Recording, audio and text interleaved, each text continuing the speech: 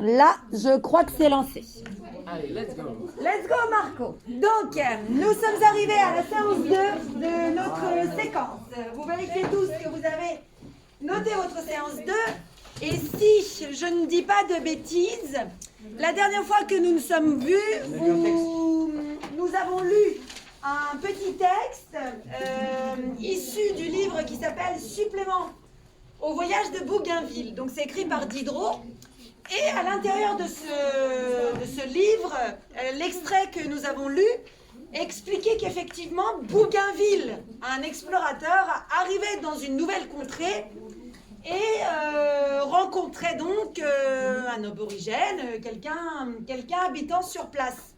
Et ce vieil homme sage s'adresse à Bougainville et lui dit « Mais toi, qui es-tu, toi, en fait? Es-tu un dieu? Es-tu un démon ? Pour venir nous réduire en esclavage et nous piller toutes nos richesses. Vous vous rappelez de ce texte-là? Oui. Et du coup, pour aujourd'hui, on avait dit qu'il fallait qu'on imagine la réponse du navigateur, la réponse de Bougainville. Qu'est-ce que ce monsieur, ce navigateur européen, peut-il expliquer, peut-il répondre à ce vieil homme sage qui lui dit « Mais qu'est-ce que tu fais chez moi ?» D'accord? Donc, ce qu'on va faire, c'est que je vais vous demander, par exemple, de me donner quelques idées de réponses. Et après, vous allez constituer un texte qui soit une réponse orale à ce vieil homme sage. Maëva, par exemple, est-ce que tu as des idées de réponses? Qu'est-ce que le navigateur Bougainville peut-il répondre à cet aborigène, cet autochtone qui est sur place et qui le critique parce qu'il vient effectivement piller ses richesses?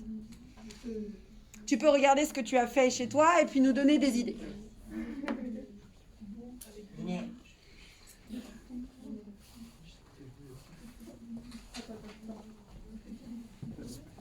Maëva, après je demanderai bien à Gabriel.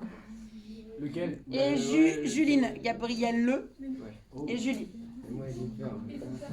Juste me donner des idées pour qu'on note des idées de réponse.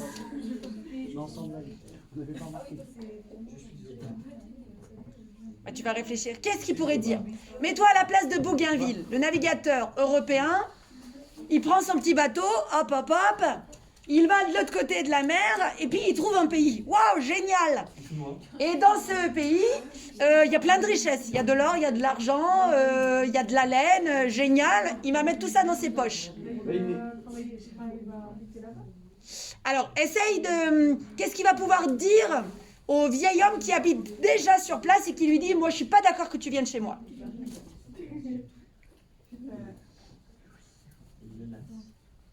Oui. Gabriel?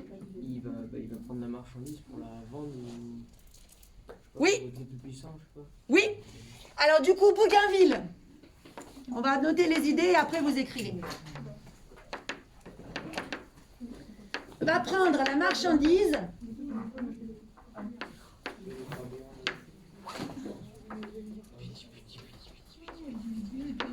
Donc je rappelle, on avait vu que sur l'île, il y avait de l'or, de l'argent,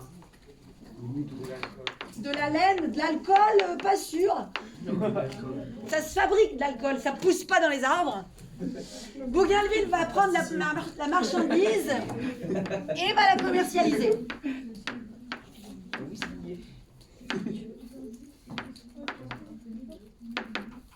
Ok. Gwendal, t'avais une autre idée? Ouais. Avant qu'on écrive ça, tu avais dit, il va faire quoi, Bougainville? Il va lui mentir. Oui.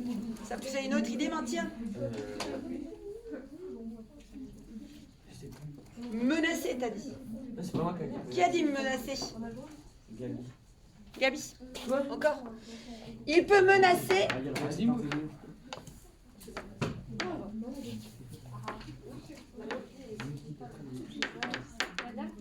Oui, vous écrivez. Gabi avait aussi dit pour devenir puissant. Cette idée de puissance est intéressante. Oui? Oui? Oui, on peut fermer le rideau. Je peux faire un deuxième mail ou fermer le rideau.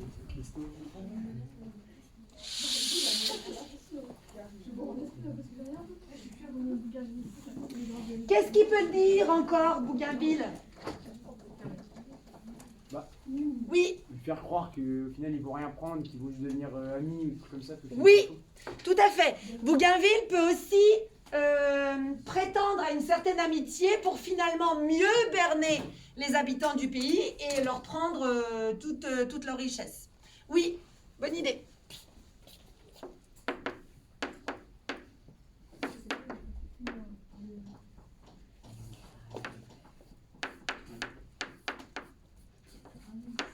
Il peut berner la population pour mieux la piller.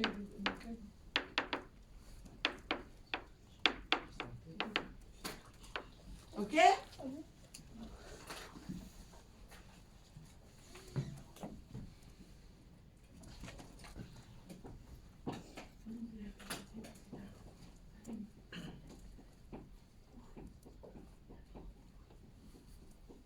Oui? Je vais prendre possession de l'île et de l'argent. Oui, tout à fait. Il peut prendre possession de l'île et de l'argent. Pourquoi il peut faire ça en fait? Quand il veut. Il veut, mais comment il peut réaliser ça finalement? Pourquoi c'est facile pour lui? Quel est l'avantage de Bougainville? Bah, il a déjà des gens avec lui. Bah alors oui, c'est un pirate, il a des gens avec lui. Et un pirate, il a quoi aussi? Des armes. Bah ouais, bah évidemment. Un bateau. Un bateau, des canons, des armes à feu. Et effectivement, le petit vieillard avec sa flèche, ça va pas faire le poids. Des Kurdes. Oui. Un martinet. Coup de fouet. Une cuillère en bois. Il explique qu'il veut prendre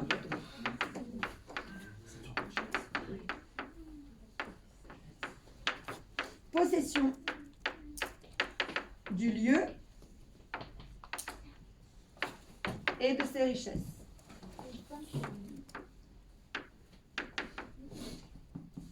Oh bah, c'est ni plus ni moins ce qui a été véritablement fait, hein. Ça, vous n'inventez rien du tout, vous ne réinventez pas l'histoire.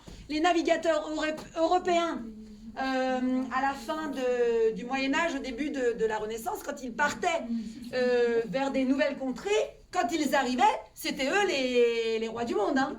Ouais, ça se fait pas. Les rois du pétrole. Ils arrivaient, ils disaient, ils plantaient leur petit drapeau, et ben là, ça y est, ça c'est à moi. Ils ne pensaient pas du tout à ce qui se passait déjà dans ce pays-là avant.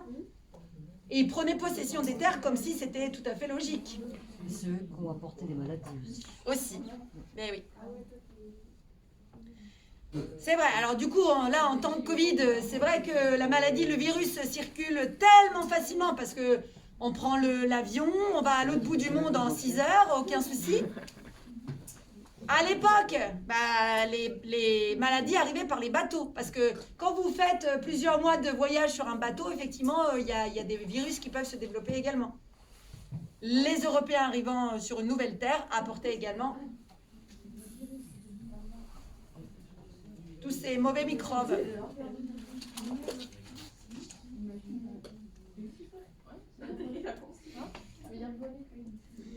Et donc, Charlie, ce qui est important, c'est la consigne.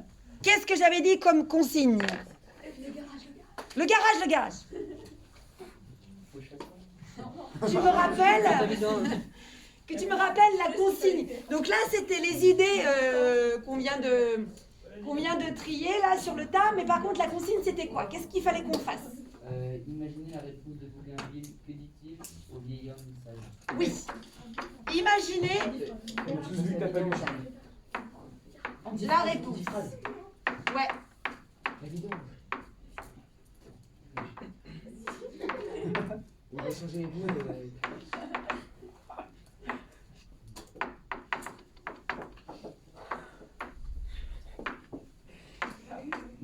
Et j'avais dit 10 phrases. Ligne, je suis pas sûre que j'ai dit ligne. Si? C'est divin. J'ai pas dit phrase? Oh. N'importe quoi. Donc, si on imagine la réponse, quel est le pronom personnel qu'on va utiliser? Si je vous dis, imaginez la réponse de Bougainville. Bah, il. Il. Il va dire. Vous croyez? C'est celui qui répond. Non, c'est pas à sa place. C'est Ouais, celui qui répond. il faut se mettre à sa place. Bah, Donc je vois que Christopher avait bien travaillé. Est-ce que Christopher est capable de lire sa réponse? Non. Est-ce que quelqu'un veut lire? Est-ce que tu veux que nous on lise ta réponse? Léandre, lis la réponse de ton camarade. Quoi? Lis Pourquoi? la réponse de ton camarade. T'as pas envie? Non. T'es pas sûr de toi? Non. Je peux lire pour lui, madame. Ouais. Non, c'est pas envie. Allez, Christophe. On va dire que c'est le travail de Léandre comme ça. Ouais, voilà. Allez, mon gars. T'es grand aujourd'hui. Alors, 3, 2, 1, c'est parti. Vous êtes riche et vous en. Oula. T'as dit quoi?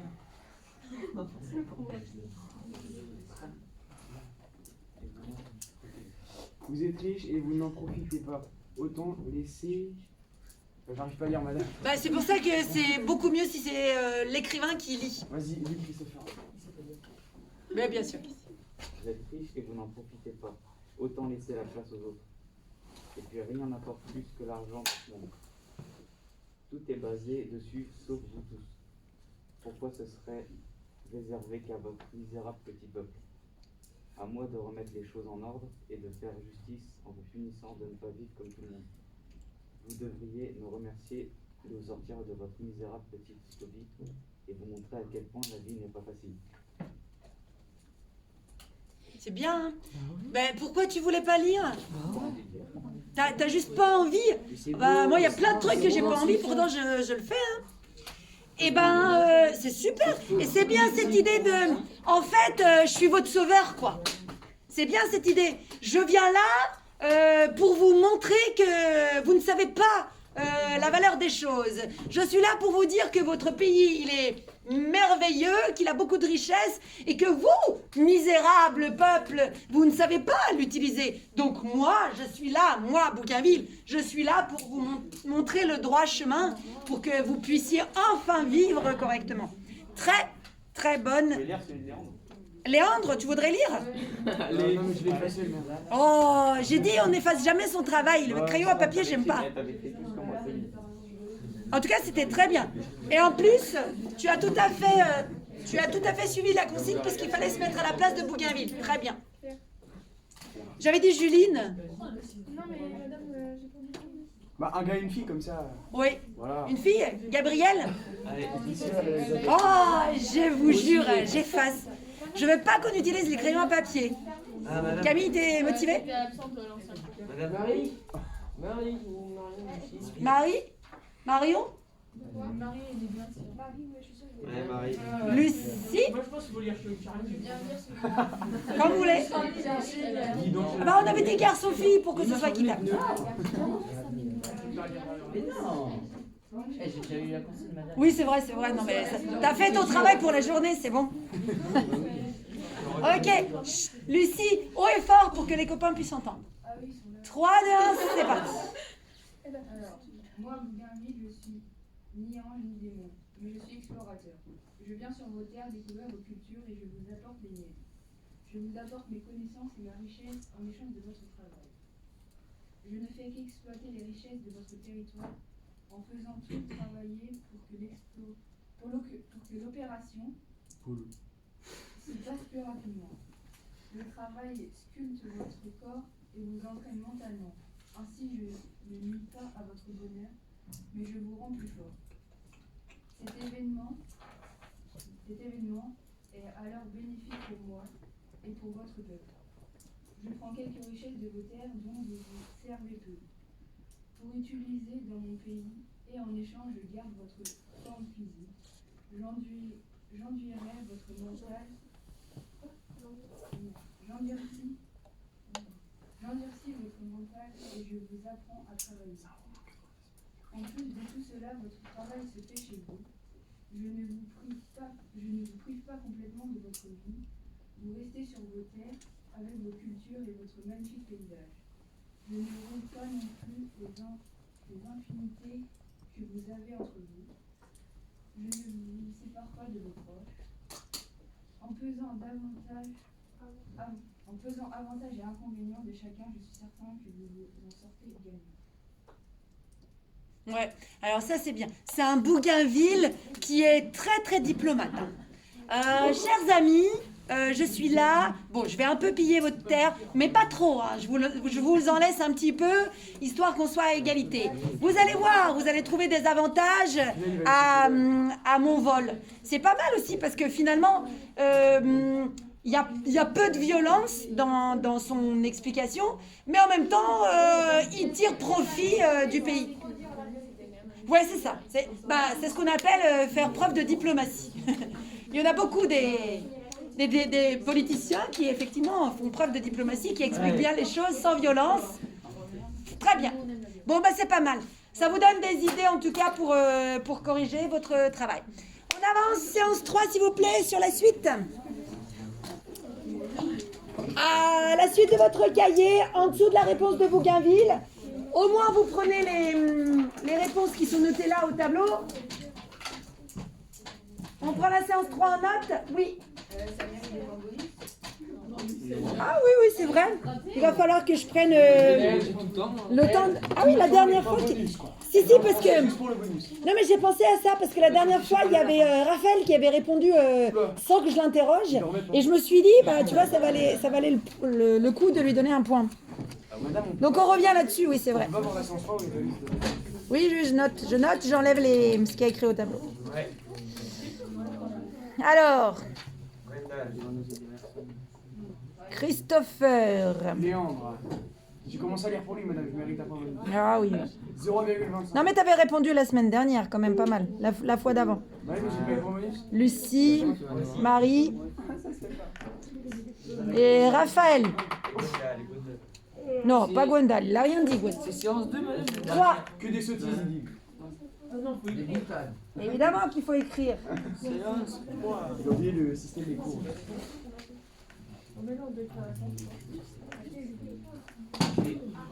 Alors, séance 3. Madame, vous venez de dire qu'on devait écrire ça? Mais on a déjà écrit ça. Mais non, avant, vous avez dit qu'il fallait pas écrire. Ah si, j'ai dit qu'il fallait écrire. Et oui, il fallait écrire. Bah oui, regarde ma théorie. Ah, mais si. Bah, du coup, ça n'a pas été écrit. Ah bah du coup, j'espère que tu as une bonne mémoire. Ouais. Vous mettrez sur Tati, Sophia. Oui, ce sera surtout Tati.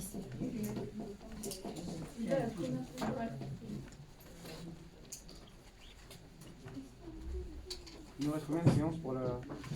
5 pour cette séquence-là, c'est une mini-séquence sur l'utopie. 5 séances. Après, on se fait une semaine de grammaire. Et après, on reprend une séquence sur le street art. Street art. Sur une semaine. Et après, au mois de juin, on se fait du théâtre. Ouais. J'avais déjà prévenu.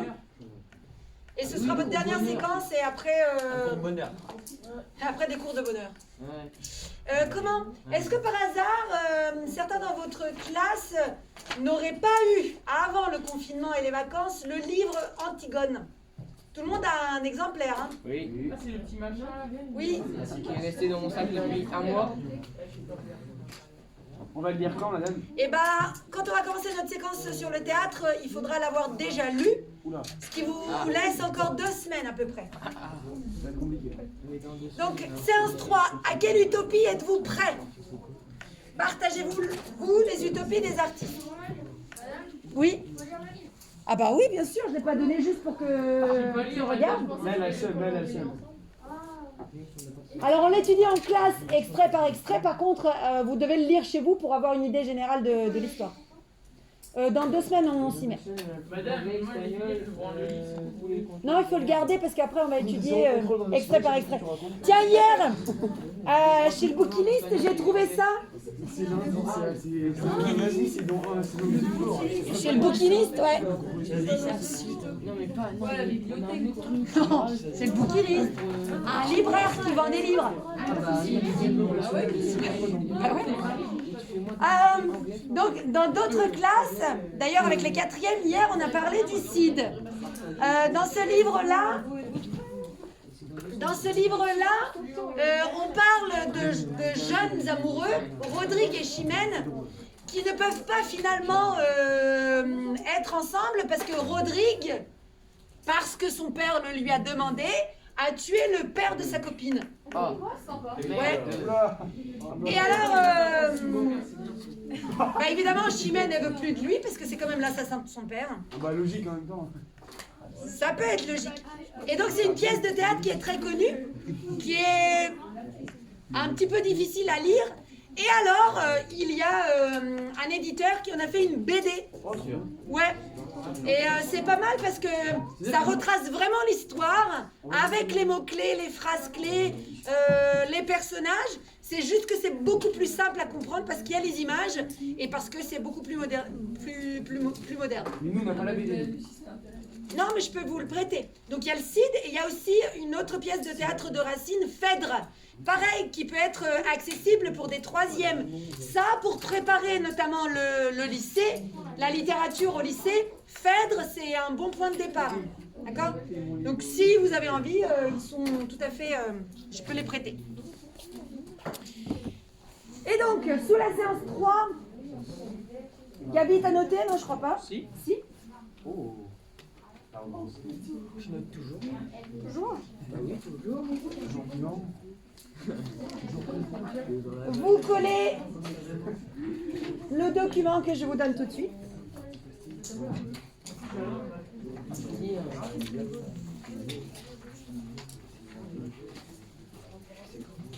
Bah, vous pouvez donner une partie à Héloïse, s'il vous plaît.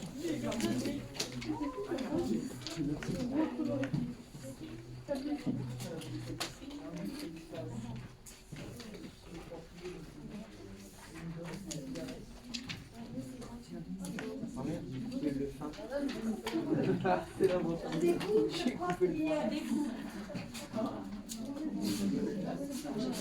On a tout ça. Ah non.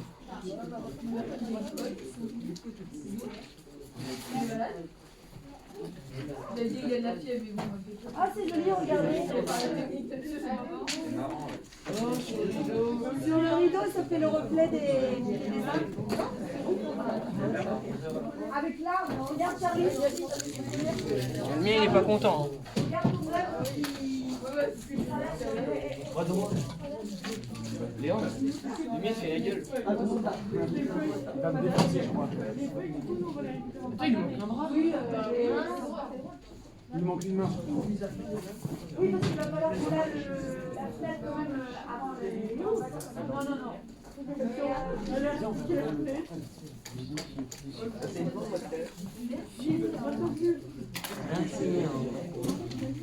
Allez, vous coller le document.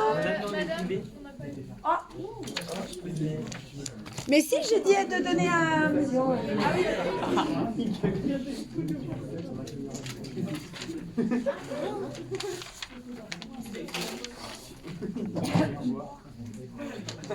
Vous collez s'il vous plaît, n'est-ce pas Raphaël? Mais t'as jamais de colle. Il a pas de trucs sur le mec, ça va être compliqué.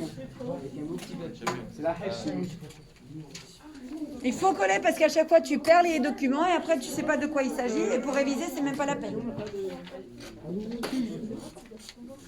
Alors on continue donc notre périple dans ce monde de l'utopie.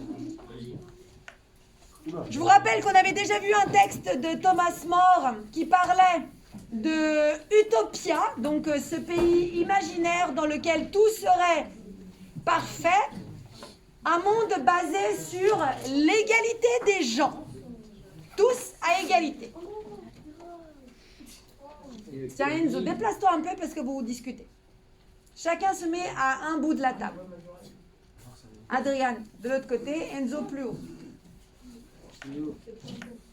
Luna, est-ce que tu veux bien nous lire l'extrait de l'Utopie de Thomas More? Un autre extrait. Oui, s'il te plaît. L'idéal égalitaire de Thomas More. Souvent, les principes généraux du monde utopie sont mis en œuvre de façon intégrale. Par exemple, l'idéal d'égalité de l'utopie s'applique aussi aux habitants de l'utopie. Les portes à deux battants sont une constitution de la main qui se referme toute seule, laissant entrer n'importe qui. Ainsi, rien n'est privé nulle part. En effet, les échanges d'hormones tous les 10 ans qu'est-ce que vous avez compris? C'est très simple, très court, mais si je devais faire un résumé en une phrase, ce serait quoi? Lise. Comment on pourrait résumer ce petit extrait?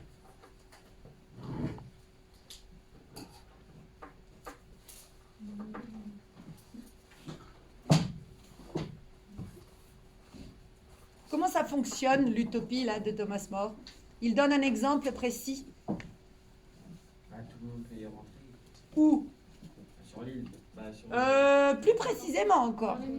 Dans les maisons. Exactement. Thomas More veut un pays où tout le monde serait à égalité. Et il donne un exemple. Ben voilà, dans mon pays, les maisons, elles ne sont pas closes. Petite blague sur maison close. Elles sont ouvertes. Ce qui veut dire que, comme elles sont ouvertes, tout le monde peut y rentrer à n'importe quel moment. Et pour qu'il n'y ait pas de jalousie entre les uns et les autres, eh ben on change de maison tous les 10 ans. Ouais. On se dit, imaginons qu'il y a une belle maison toute jaune, avec des belles fleurs et des beaux arbres, etc. Tous les 10 ans, cette maison, on l'attribue à quelqu'un d'autre. Maintenant, elle est très belle, la maison. Oh tu l'entretiens quand même. Donc voilà, il a trouvé que pour que tout le monde soit à égalité, il fallait que les maisons soient ouvertes, comme ça on a le droit d'aller chez les uns et les autres. Et puis, pour que tout le monde soit à égalité, les maisons, on se les échange. D'accord? On partage tout. Qu'est-ce que vous en pensez? C'est éclaté. C'est de là? C'est éclaté. C'est pas ouf. Oui, c'est pas ouf. C'est éclaté. Pourquoi? Pourquoi? Imaginez en pleine nuit, vous dormez et il y a d'autres monde. Pourquoi c'est chez toi? Chez moi, ça m'appartient, je l'ai payé. Ça t'appartient, mais non. Là, ça n'appartiendrait à personne. Les maisons, vous dormez. Il y a quelqu'un qui arrive, comme ça chez vous, mais il n'y a pas de problème. Non. Il n'y a pas de truc. Moi, perso, je dégage. Quel est le problème? Quelle est la limite de cette utopie? Il n'y a pas de vie privée. Exactement. Imaginons que vous êtes en train de faire quelque chose de très très privé. Vous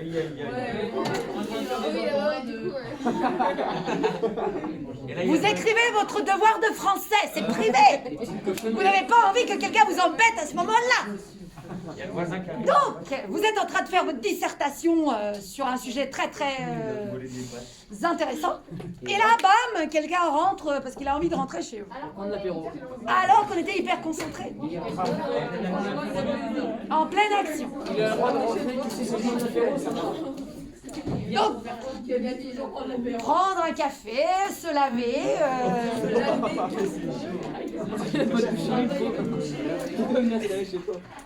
Donc, effectivement, vous vous rendez bien compte qu'il y a un petit problème à cette utopie. Oui, un très gros problème. C'est qu'il n'y a pas de vie privée. Et donc, à ce texte, je vous mets un autre document qui a une image. Ah, c'est un village. Oui, extraite d'une BD. Peut-être que vous connaissez Enki Bilal, je sais pas. Non. Non? Bon, c'est quelqu'un à connaître. Hein. C'est un dessinateur de bande dessinée qui est plutôt connu. Là, en ce moment, en fait, il fait des BD, il fait des salons. Enfin, c'est quelqu'un qui est assez réputé dans le milieu. Il a écrit... Lucie. Et alors, il a écrit, par exemple, le sommeil du monstre. Et il écrit souvent en se projetant dans le futur. Ces BD se passent dans les années 2040, 2050. Et il a beaucoup de crayons qui est plutôt sympathique. Arnaud, est-ce que tu peux me décrire l'image, s'il te plaît? Il y a une serre, oui? Quoi d'autre? Il y a une ville en dessous de cette serre, oui? C'est fermé. C'est fermé, c'est privé, oui? On peut pas rentrer. On ne peut pas rentrer, oui. Il y a un monsieur devant. Alors, il y a de la végétation autour. Comment on pourrait qualifier cette végétation qui est autour de la serre? Sauvage. Sauvage, oui, Gwendal. Il y a une usine derrière. Oui, Oh, une usine. en arrière-plan, très bien. Alors, utilisez des termes très précis parce que, par exemple, pour le DNB, vous avez toujours une image qui accompagne le texte. Et utilisez des termes précis par exemple, premier plan, second plan, arrière-plan. Donc, à l'arrière-plan, on voit bien une usine Nucléaire. nucléaire, ouais. En tout cas, polluante. Il y a un peu de soleil. Mais le soleil, on a quand même l'impression qu'il est un petit peu inquiétant. On a peur, on pense que ce soleil peut nous brûler, par exemple. Il y a... Oui, il y a, tout au fond. Exactement, il n'y a pas de vie, c'est un désert. Exactement. Alors, je ne sais pas si c'est la mer. J'ai l'impression plutôt que ce sont des dunes ou ce genre de choses.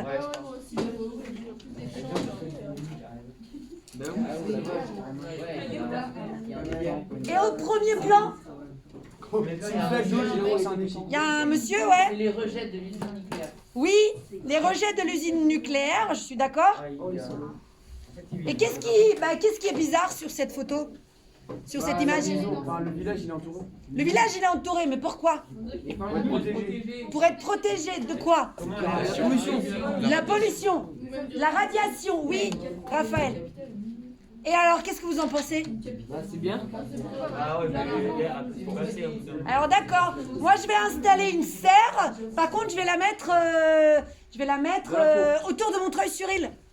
Et par contre, Merdrignac, tout ça, C'est quoi Montreuil-sur-Île? bah une ville. Ah, Si ça commune, ouais. Il faut une grande serre alors. Ah bah faut peut-être une grande serre déjà. Mais qu'est-ce que ça apporte comme limite? C'est quoi le problème? La chaleur. Quelle chaleur? C'est des... Il fait chaud dans une serre. Bah oui. Oui, mais après tu peux faire des trous et ça aère. Mettre des ventilos.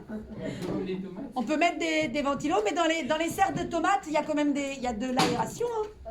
Ah oui, là c'est pas les tomates. On met des masques. On est couvert en haut. Mais là, c'est pour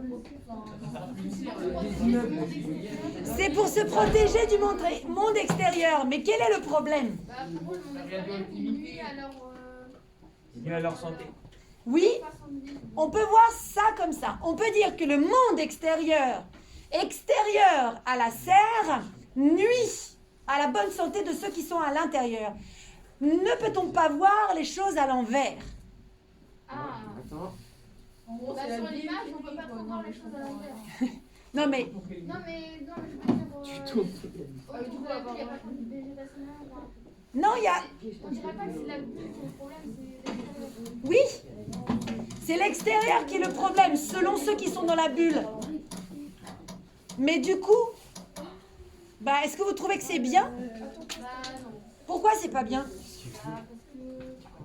s'il y avait que ça qui vivait, puis le reste, C'est un peu une fois. c'est limité, quoi. Bah, ça veut dire aussi que ceux qui sont à l'intérieur de cette bulle, ils sont privilégiés. Ouais.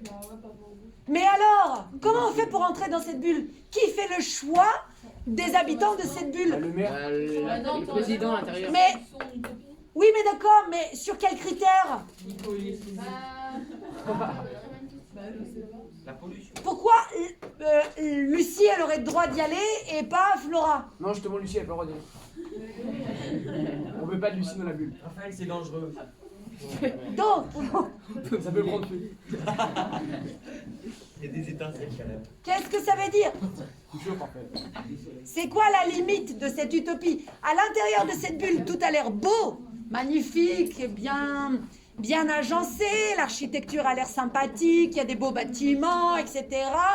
Autour, c'est le bazar. Pour éviter de saccager à l'intérieur, on sait jamais des gens qui peuvent venir pour. Oui, mais comment tu fais le choix? Comment tu fais le tri? Pas taxer les personnes qui sont là de base.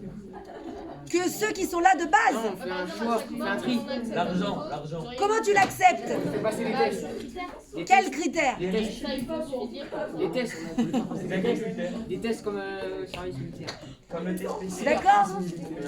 Ça limite quand même l'utopie à une certaine élite, puisque on les choisit, on les trie en fonction, je ne sais pas moi, de leur intelligence ou quoi que ce soit.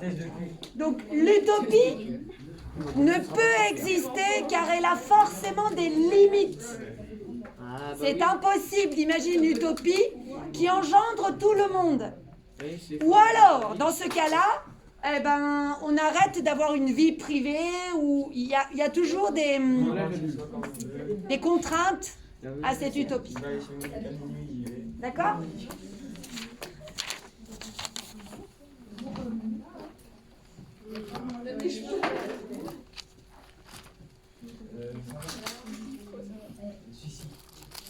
Fais coucou à la caméra, dis-leur. Pour continuer le débat, Et puis tout à l'heure, on fait ça, Mais non. on va se poser une question philosophique à laquelle vous allez devoir trouver des arguments. Et c'est là que vous n'avez pas allumé la caméra, madame. Oh oui, ce serait vraiment bête. Alors là, alors même s'il n'y a aucun voleur à Utopia, qu'y a-t-il de gênant dans le fait de ne pas pouvoir fermer la porte de sa maison? Ah ouais. Elias. D'accord?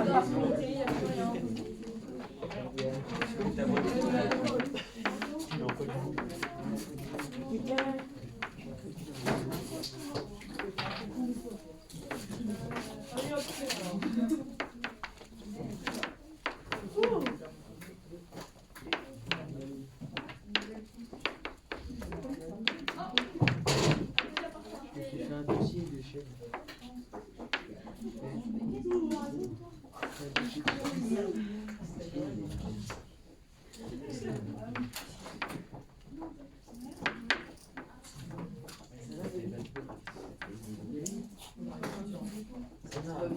C'est voleur qui est marqué. Voleur?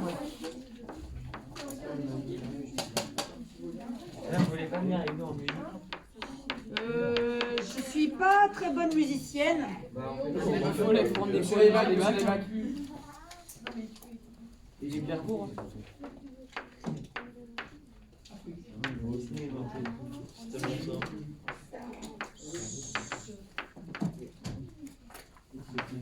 Donc, même s'il n'y a pas de voleur à Utopia, qu'y a-t-il de gênant dans le fait de ne pas pouvoir fermer la porte de sa maison?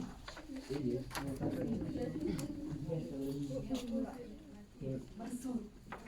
faudrait demander à Elias. Et donc, accepteriez-vous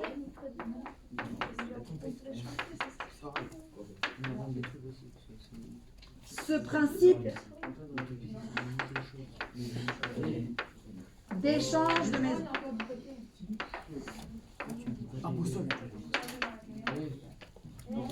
Une petite question qui va vous demander de réfléchir et de trouver des arguments. Oh, ça va être dur. Eh ben en fait, pas une rédac, mais j'aurais souhaité un petit débat en classe. Ah oui, ça me va. Ça va, ça? À l'oral, quoi, allez. Oui, à l'oral. Mais avant de faire l'oral, il faut quand même avoir les idées à l'écrit, sinon ça marche pas. Tu vas pas te montrer comme ça la carte. Tu m'as arrêté, on a 2 heures. Genre les mecs ils vont savoir ce que tu dis comme argument alors que t'écris. Ah, Utopia. Aïe,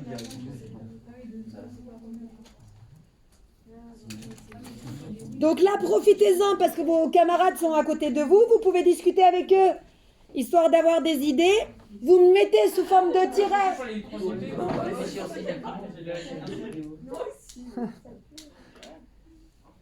Vous mettez les idées sous forme de tiret dans votre cahier. Et alors, la prochaine fois qu'on se verra, donc lundi, on va prendre deux leaders, quoi. 2 personnes qui auraient envie de débattre un petit peu et d'échanger leurs idées. Christopher et Alvin. Oh yeah. Christopher et Thomas. Alors, qui dit argument, dit vraiment argument poussé. Vous allez chercher jusqu'au bout de votre idée, quoi. Un argument avec des exemples. Essayez de trouver autour de vous, dans le monde dans lequel vous vivez, des exemples De quoi? qui viendraient compléter cette question-là. Est-ce qu'il y a des systèmes où effectivement on est tous à égalité, où il n'y a pas besoin de s'enfermer chez soi, Quelles sont les limites de ces systèmes? Quelle est la place de la vie privée dans ces systèmes?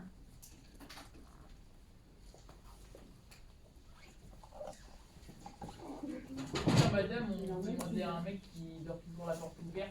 Oui. Oui, bah oui, si tu en connais, bien sûr. Les fenêtres, les portes, tout est ouvert.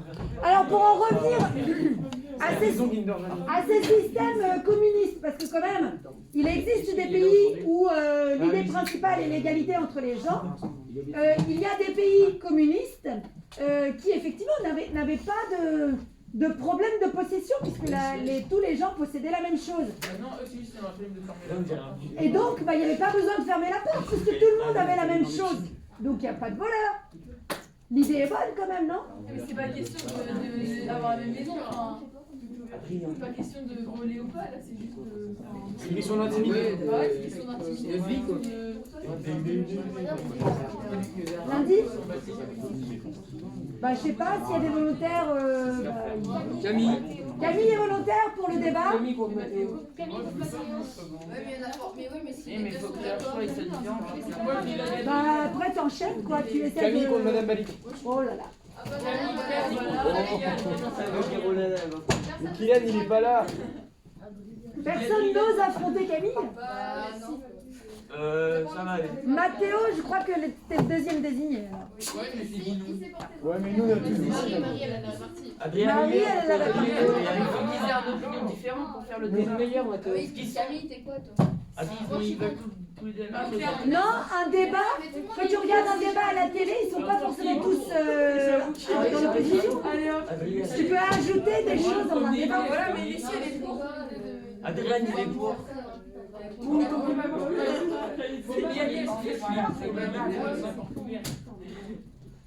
Qui laisse sa porte ouverte chez lui. Ça va. Non, mais dans ce Même pas. Eliès, Elias. Mais il est pas dans cette classe-là, On Alex. rentre chez lui, c'est marché. on peut l'inviter, vous savez, ça le dérange pas. Il est Ah pas oui, encore oui. arrivé. Il s'est déjà proposé une ou deux fois pour venir avec nous. Il dort toujours, Mathéo. On ramène Monique. Bref, en tout cas, commencez maintenant à écrire vos idées, même si c'est pas dans un ordre particulier. Quelles sont vos idées à cette question-là? Moi je dis on avance. Comment? Il n'y a pas de groupe?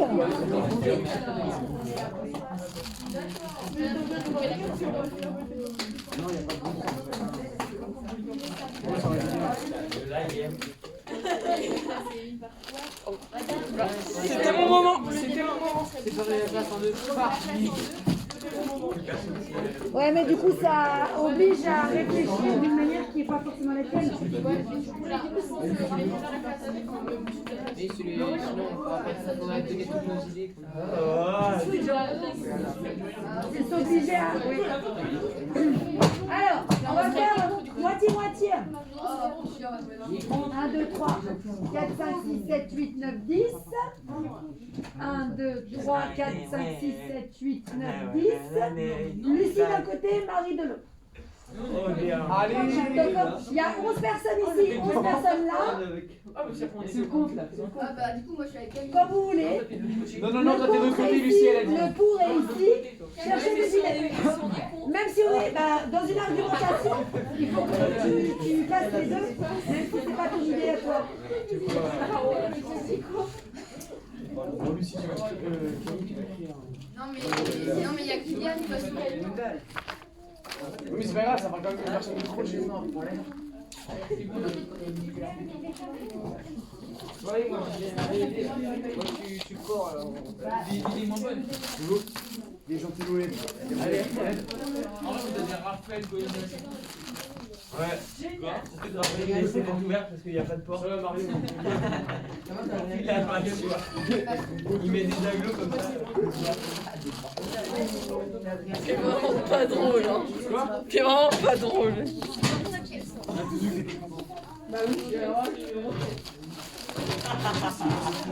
Ok.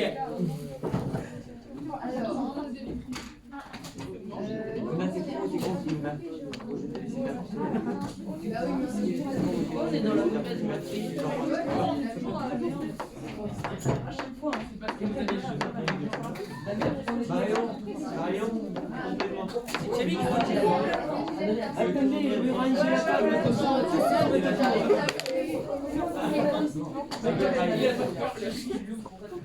Charlie, chez toi, c'est un guet-pain. Mais voilà, regardez, Camille. Qu'est-ce que raconte? C'est pas Camille qui va tout faire. Pour l'instant, c'est Thomas. Oui. Thomas, moi, tout le monde. Voilà, c'est ça. Toujours là pour aider tout le monde.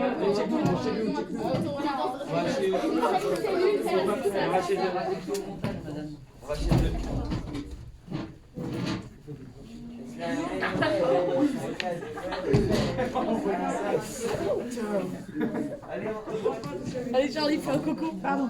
Et donc pour lundi, Madame, personne n'est pour. Ça veut dire que bah oui. ah bah, vous pouvez, même si vous n'êtes pas pour dans votre vie, vous avez des arguments quand même. Comme dans une dissertation. Non, on va tout jeter ici.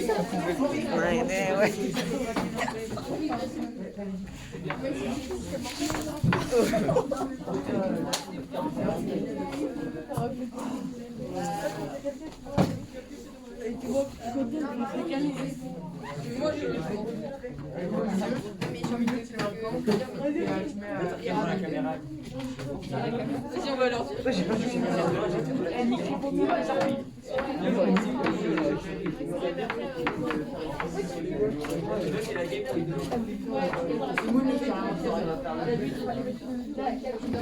Alors donc pour lundi, on fera le débat en classe. Donc ayez des arguments chacun d'un côté et de l'autre. Parfait, allez. On arrête.